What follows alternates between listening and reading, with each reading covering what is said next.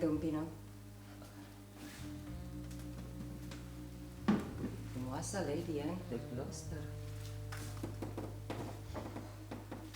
Veniți să-i vizitați pe tinerii noștri prinți? Da, doamnă. Bună dimineața. La fel și ție, soră. Să mergem împreună să-i vedem pe copii. Ce face prințul și micul meu fiu de York? Fac foarte bine, doamnă. Dar fără supărare. Nu-i puteți vedea. Regele nu ne îngăduie să vă primim înăuntru. Regele? Cum adică? Da, îmi cer scuze. Voiam să spun lordul nostru protector. Domnul să-l protejeze de un titlu ca acela.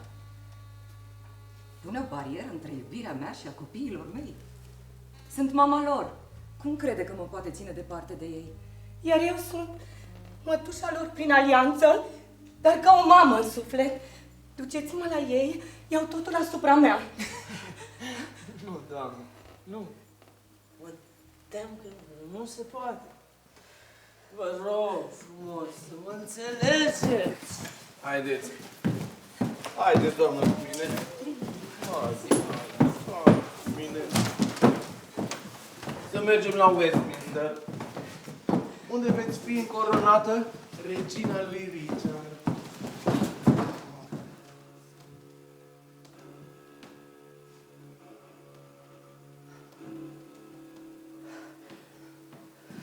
Dați-mi, vă rog, un clipas, un pahar cu apă.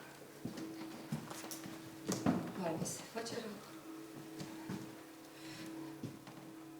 Într-adevăr, e o veste cât se poate de cumplită. Stanley, ascultă bine ce-ți spun. Fugi cât mai repede de pe insula asta. Du-te la Richmond cât mai ești în viață. Altfel de aici nu o să mai scape nimeni viu. Toți vom sfârși în blestemele lui Margaret. Ei, uite, nu mai sunt mamă, nici soție, nici regina Angliei. Sfatul e înțelept, mărită doamnă. Nu ezitați și ascundeți-vă și dumneavoastră cât puteți mai repede. Haideți, doamnă, cu mine, mergem la Richard. Am să vin, dar nu de bunăvoie. Mai bine ar fi cununa de metal să fie oțel topit și să fiu unsă cu venin, înainte ca cineva să strige: Domnul să o salveze pe regină. Du-te, copilă, nu te invidiez. Măcar de dragul meu să nu-ți dorești rău. Dar e prea târziu.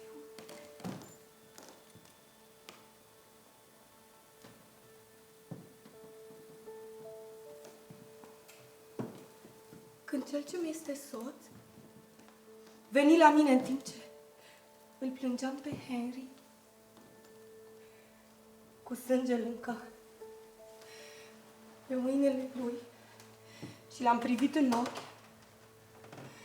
aceasta a fost dorința mea. Fii blestemat, am spus, că atât de tânără m-ai prefăcut în văduvă. Când vei avea soție, tristețea să-ți cuprindă patul. Iar ea, dacă se va găsi vreuna destul de nebună, mai rău să sufere cu tine decât eu azi, prin moartea soțului meu iubit. Și acum blestemul s-a adeverit și cade asupra mea, căci nici măcar o oră în acel pat eu n-am gustat din dulcea roa somnului. Iată, copilă. Adiu. Mi se frânge inima pentru tine. Și mie. Pentru dumneavoastră. Doamnă?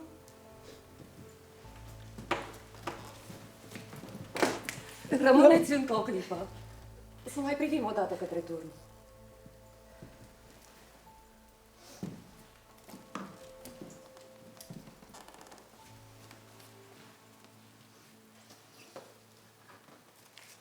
Fie vă milă, bătrâne pietre, de acei copii pe care îi țineți îmbrățișați în zidurile voastre. Aspru leagăn pentru micuții mei. Încruntată doică, posomorât bătrân prieten de joacă al tinerilor prinți. Ai grijă de copii.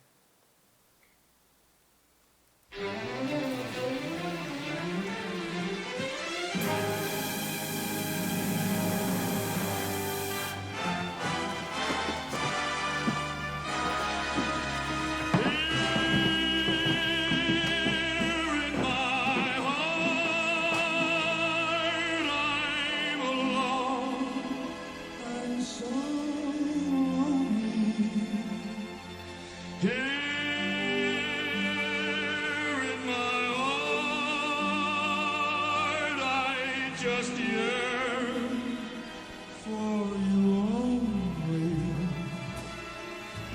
Here in my arms, I long to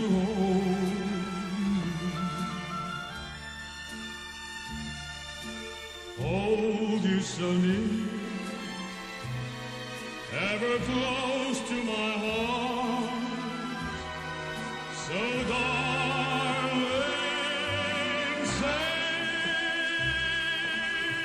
You can't take this heart I give gladly. Sure, you know I need your love so badly. Here's my heart, my life and my home.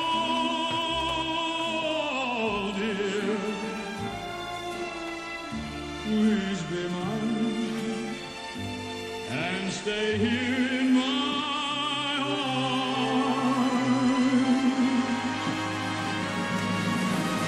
Say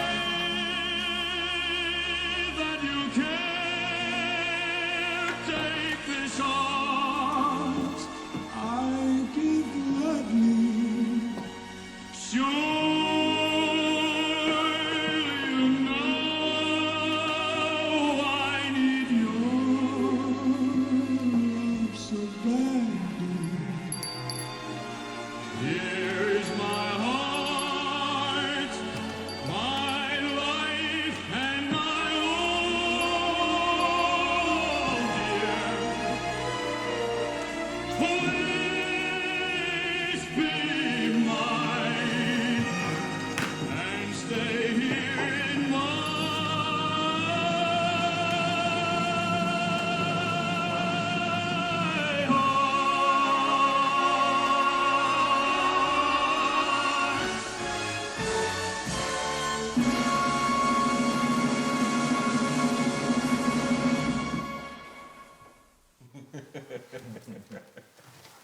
Oh, Vere de Buckingham. Oh, stăpâne drag!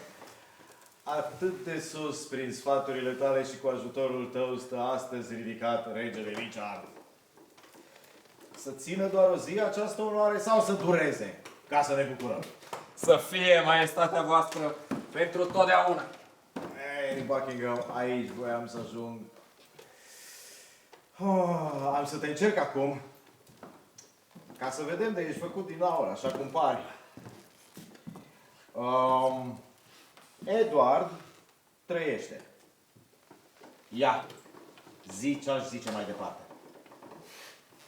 Păi vă rog, spuneți, bunul meu lord. Ei, Buckingham, aș zice că vreau să fiu rege. Păi sunteți, prea nobile stăpân. Ha? Chiar așa? Sunt rege? Așa e. Dar el trăiește. Da, asta cam așa e. Amar final ca Edward să trăiască. Da, asta cam așa e. Vede de Buckingham. Pe vremuri gândeai mai vioi. O zic mai clar?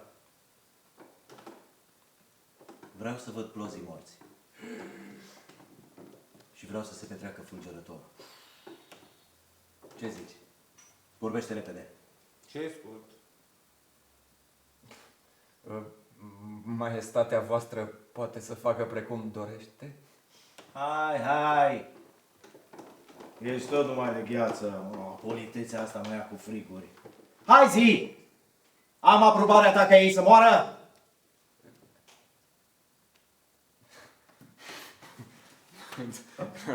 Dați-mi, vă rog, o clipă, mai lord. Să-mi trag răsuflarea. Vă răspund îndată.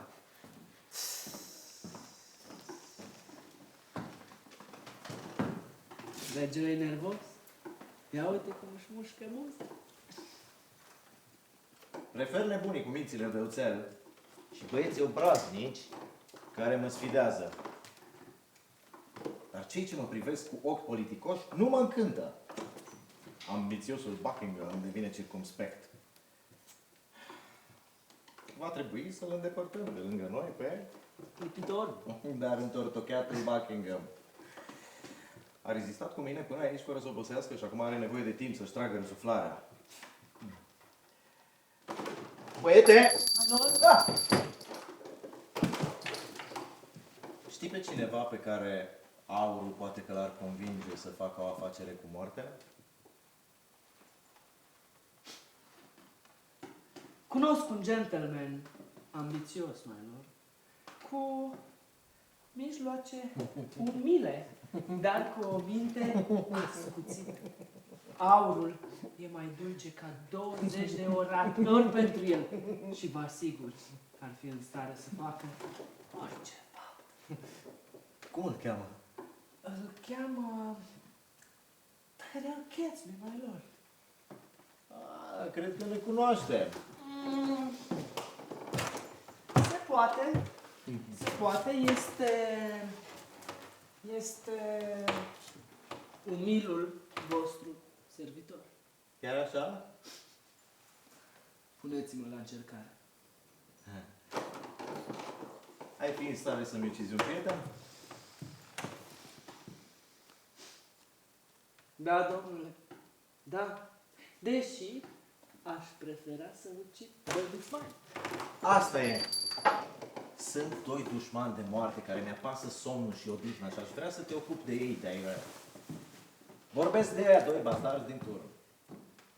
Mai lor, deschideți-mi calea către ei și vă promit că în curând am să vă scap de orice teamă. Tyrell, du-te cu acest tineret.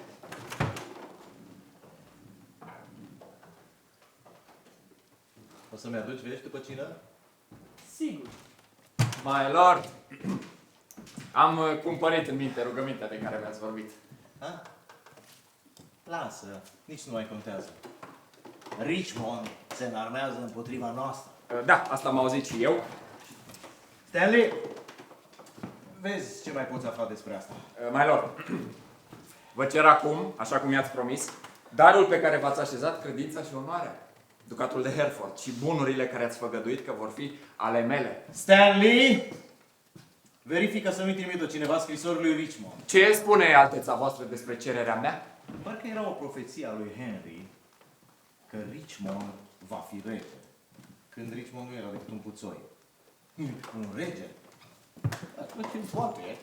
Poate. My lord, Și totuși, cum se face că profetul nu mi-a spus că eram chiar acolo? Că eu îl voi ucide pe Richmond. my lord, ducatul pe care mi l-ați promis. Richmond! Când am fost de curând la Exeter, primarul de acolo mi-a arătat castelul și l-a numit Rougemont. Și am tresărit, căci bardul din Irlanda îmi spusese cândva de mult că eu nu voi mai trăi mult după ce îl voi vedea pe Richmond. My lord! Știți cumva cât e ceasul? Îndrăznesc, maestate, să vă aduc aminte de ceea ce mi-ați promis. Dar cât e ceasul? Bate acum de 10. Atunci, să bată. De ce să bată? Pentru că uite așa, ca ceasul mă bați și tu la cap și mă întrerup din gânduri cu cerșala ta. Azi n-am chef de dat. Bine, atunci să-mi spuneți, vă rog, dacă mai dați sau nu. Hai! Mă deranjezi? Azi n-am chef.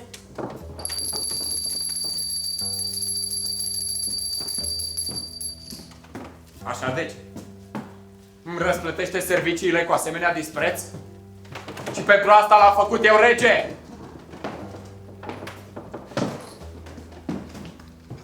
Mi-amintesc de Hastings, să o iau din loc cât capul ăsta prost încă mai stă pe umeri.